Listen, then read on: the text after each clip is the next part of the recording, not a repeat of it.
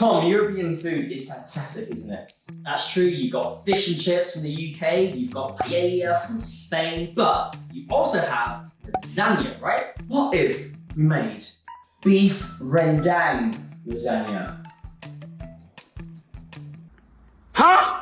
Now, this dish was inspired by Elias Mohammed, who did his own curry lasagna.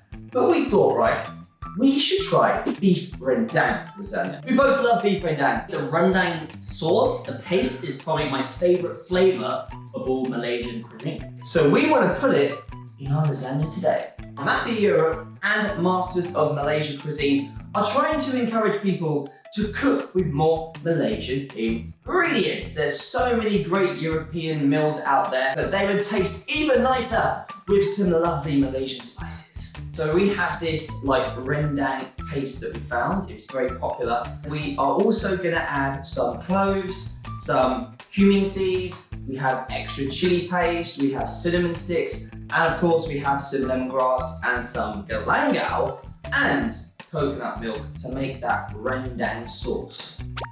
Now, we know some of you might say that we are cheating, but honestly, we just want this to taste absolutely scrumptious. So we're gonna add the spices on top from the base. Once we made that rendang paste sauce, we are gonna add the beef into that. And we then need to make the bechamel, or the white sauce, for the lasagna. And finally, we have to make that lasagna base to put this beef rendang lasagna together. So we have the lasagna sheets and we have a lot of cheese. So first of all, we're gonna chop up the onion and we're gonna make sure that all the stuff is prepared in advance. Oh, I hope my eyes don't start watering.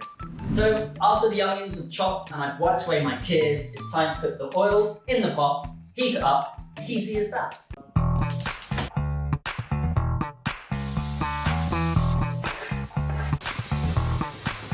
Alright, next up we're going to add the rendang paste.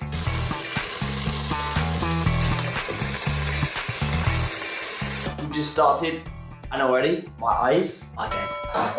So Mark is now the head chef. Kitchen might burn down. To add to that rendang paste we bought, we are going to put in some galangao. I have no idea what this is, but apparently for rendang that's what you use. And we're going to put in some lemongrass. Alright, next up, we're going to sprinkle on some cumin seeds into this. After that, you put in some cloves. And a lot of these rendang recipes, they always seem to use a cinnamon stick, which I find surprising because I've never tasted cinnamon in beef rendang. We're going to put it in. Okay, the sauce is cooking away nicely. Now it's time to put in the beef.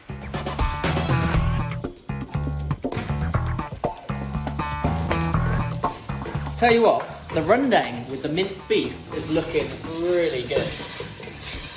So this is where things get interesting. We are going to put the coconut milk inside. Coconut is obviously very prominent in the rendang and hopefully make that thick, creamy sauce for our beef rendang. This looks very good. What, beef rendang lasagna? Why did we not think of that before? And now it is time to make the bechamel sauce. We're making a Malaysian dish, right? Why not use the durian butter, which we already have? We are supposed to be promoting Malaysian products with European dishes, so... Durian in a lasagna? Have you gone crazy? So first, put the coconut milk inside. After this, sprinkle some salt inside. I can't believe we're doing this, Tom. It's just the butter with a bit of durian. So to make this sauce thick, we need to put the butter inside. I didn't realise we were going to use durian butter, but unfortunately Tom has convinced me. Durian butter inside.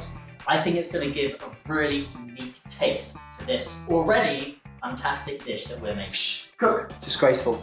Alright, so we think we have everything we need to make our beef rendang lasagna. Oh, that sounds so good.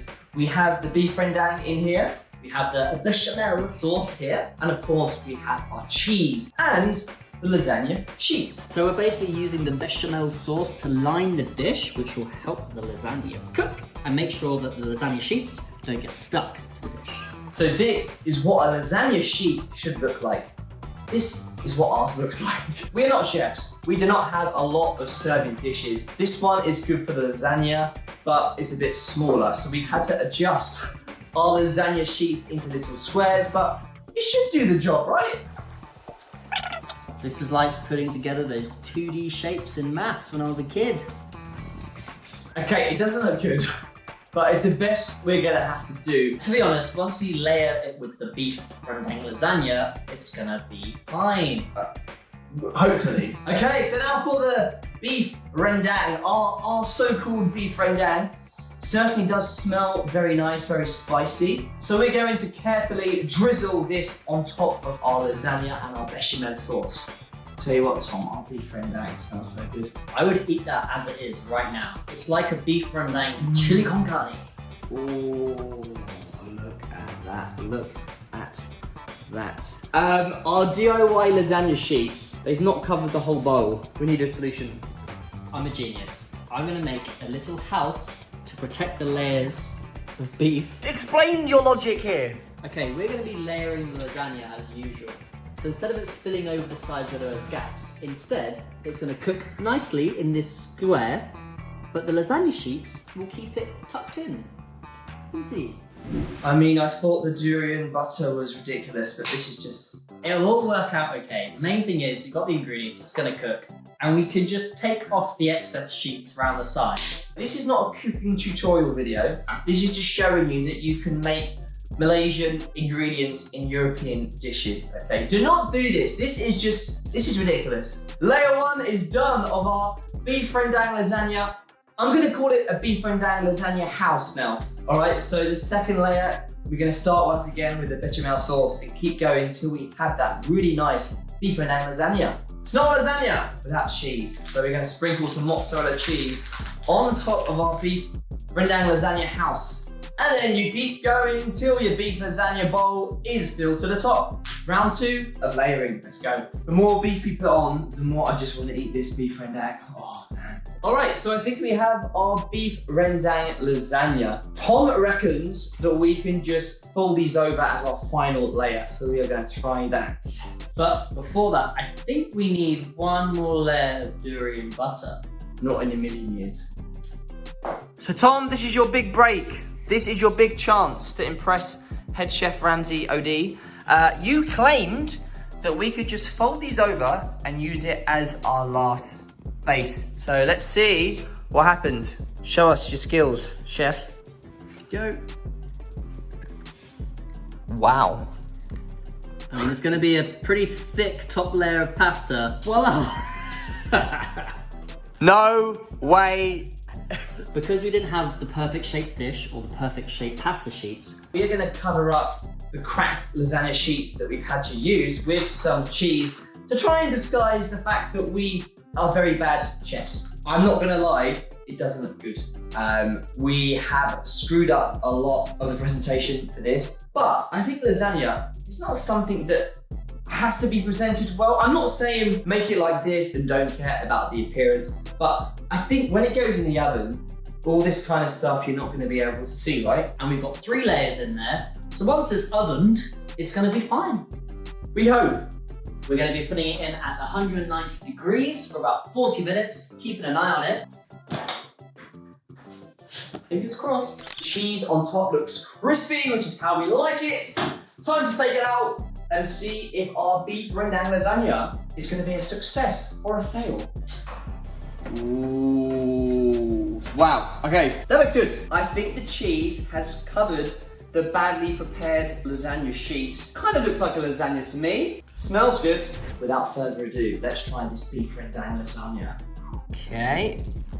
Ooh, it's come apart, but it looks nice. No, it doesn't look nice, but I think it's gonna taste nice.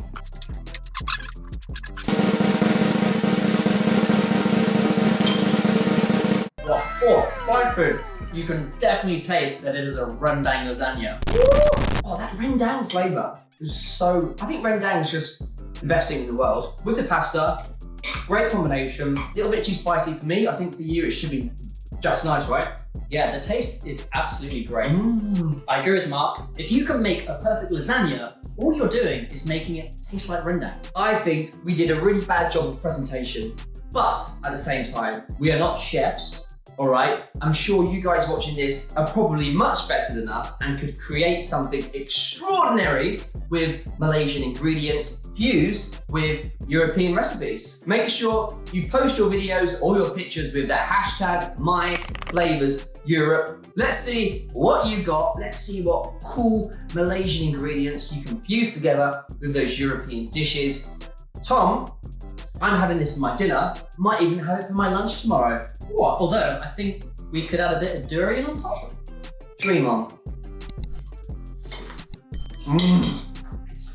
So good.